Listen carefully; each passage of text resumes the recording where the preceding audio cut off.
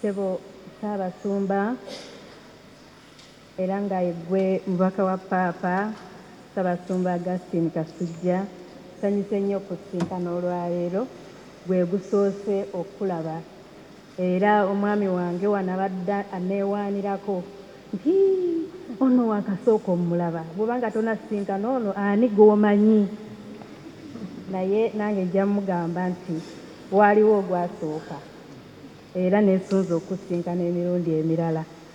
Ssebo Father Achilles Mayanja, nsanyuka nnyo okulaba buli lwenzija era ku wedding certificate yaffe signature yo nnene nnyo.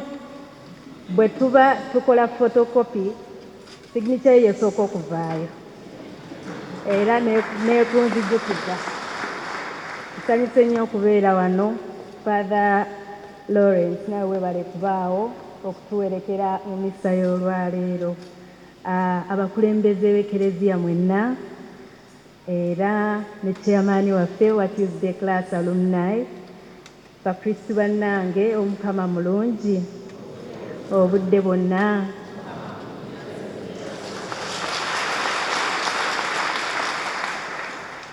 Bassebo ne bannyabo mbayozaayoza mwenna okusobola okufuna paapa omuggya nga ye Leo ow'e14 naye ng'erinnya lye eryaddala ye Robert.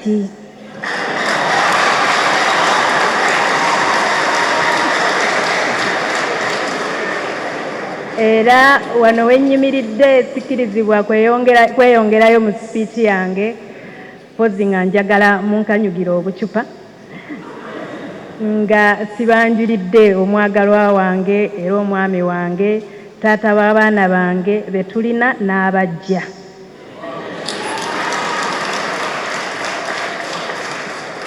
Ono omwami wange Kyagulanyi sentemu Robert.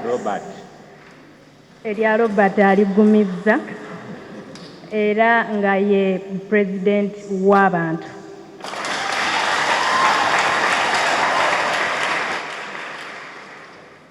Olwaleero bampadde obuvunaanyizibwa okwogera ku mulimu gwa bamaama mu ngeri gye tukuzaamu abaana baffe nga tubaagazisa Ekereziya n'eddiini.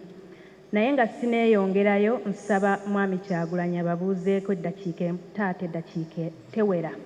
Sijjikuwa kanjikendeezeeko tewera ddakiika naye jjanga obuuzeeko obubuuza.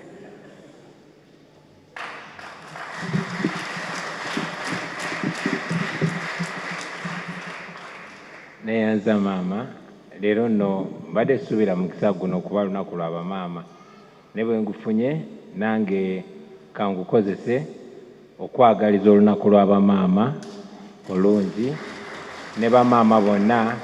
Ekyo nno kinyambye engeri gye nkwagaliza olunaku nga tuli mu Ekereziya, kati awo tewaliwo bya birabo, kiba kiwedde.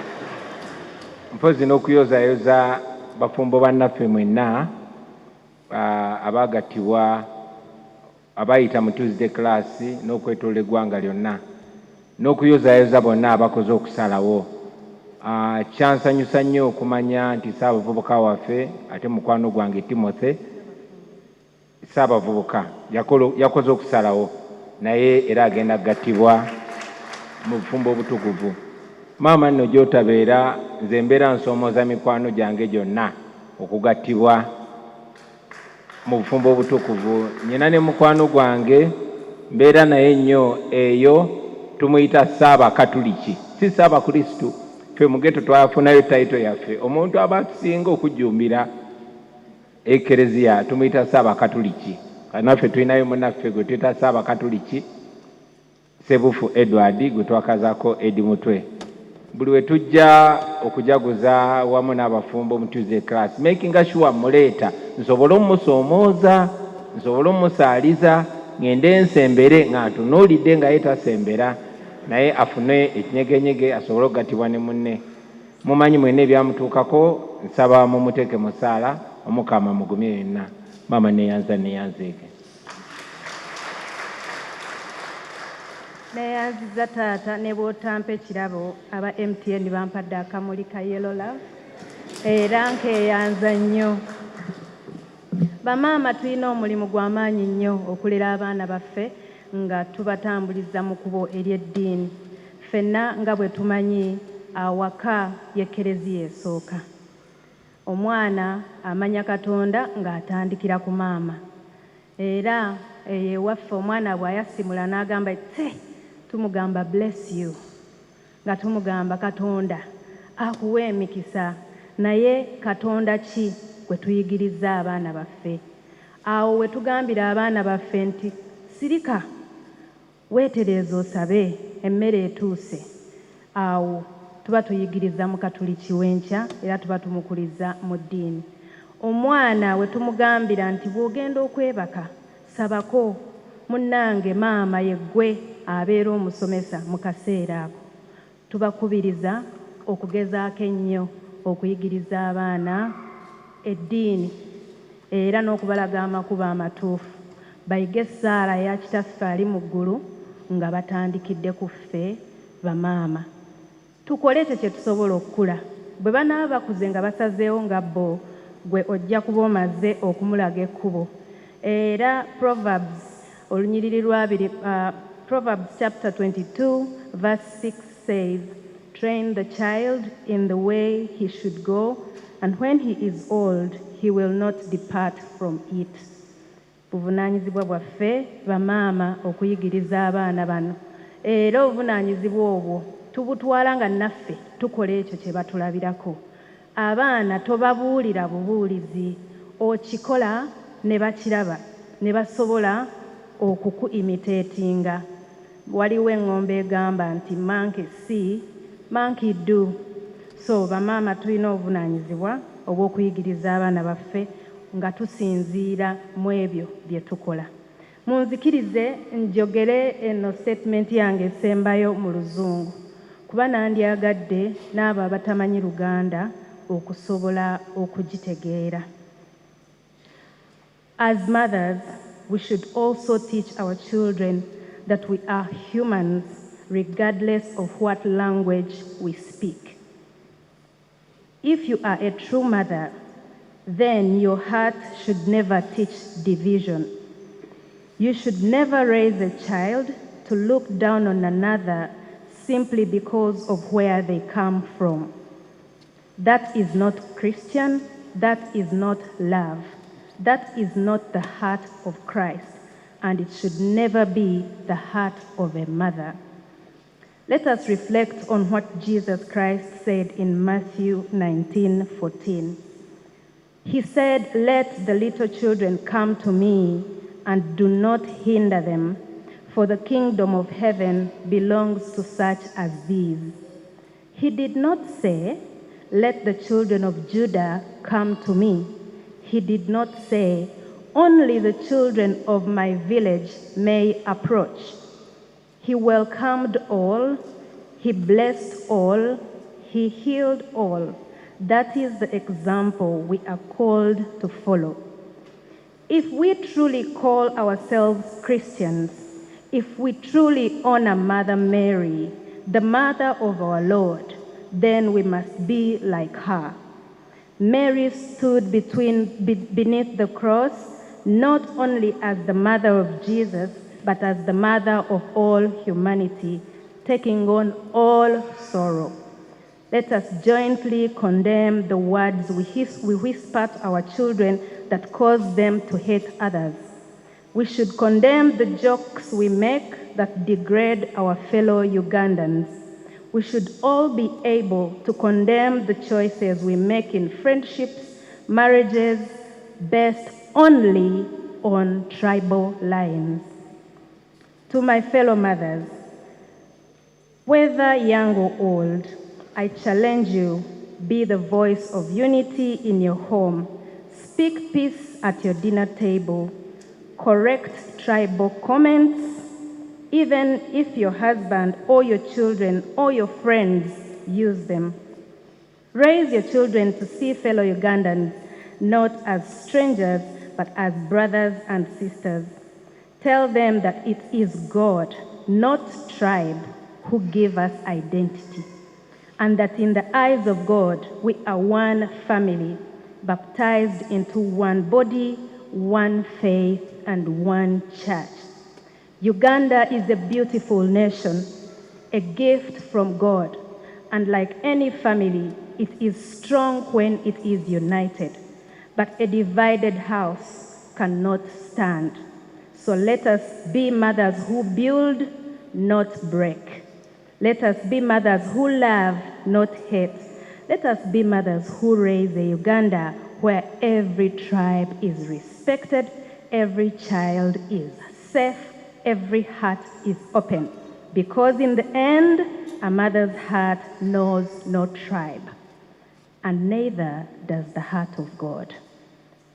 Raising a child in itself may be very hard, but I ask all mothers to take the example of Mother Mary so we can be guided to raise a generation that will continue to build our nation. Thank you very much, and God bless you.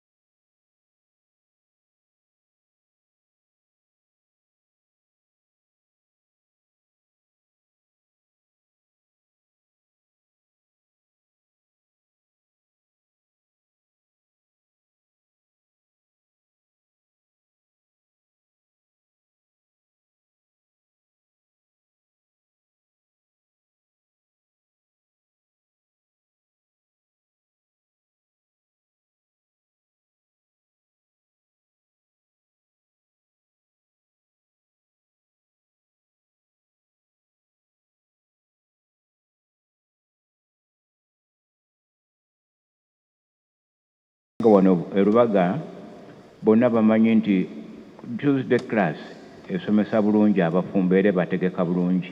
Era waliwo omugole omu gwe nagattira wano n'aŋŋamba nti yali ayiga ne munne e Makerere eyo. Omukyalo oyo teyali Mukatoliki, teyali Mukristu, yali Musiraamu. Naye bwe yamala okugattibwa mu muzikiti gye baamuwoowera n'akola ki? N'awandiikira munne yagattibwa wano ELubaga n'agamba nti mmanyi mmwe ELubaga eyo babasomesa bulungi. Mpeereza ku nootisi ze baabawa ziyinza okunnyamba.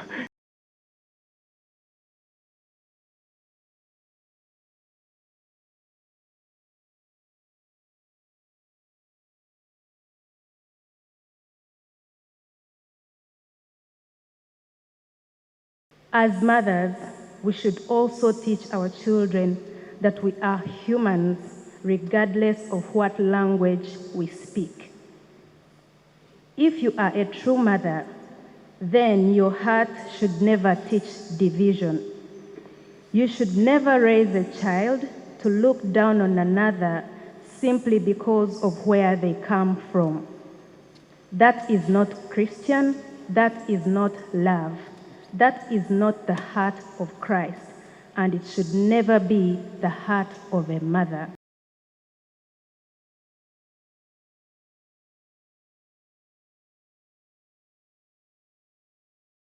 Repeat our vows to remember that the Good Shepherd loved us as married, especially as women. So, my dear friends who are watching UBC, mothers, women, young girls, please, marriage is good, marriage is sweet, marriage is what you make it. We are enjoying marriage, you can see. Make ongoing pastoral follow-up to those marrieds who got married from ELubaga. What do I mean? After getting married from church or from wherever people go, nobody follows them. Yet there are a lot of challenges which are in marriage. You need a person, you need a friend, you need somebody to follow up on you to address those challenges. We believe when we meet as a group who went in the same class together, we get solutions to those challenges.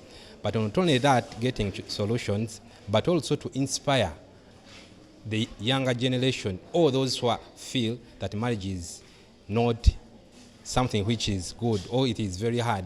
Marriage is sweet, marriage is workable, marriage is, it's very amazing.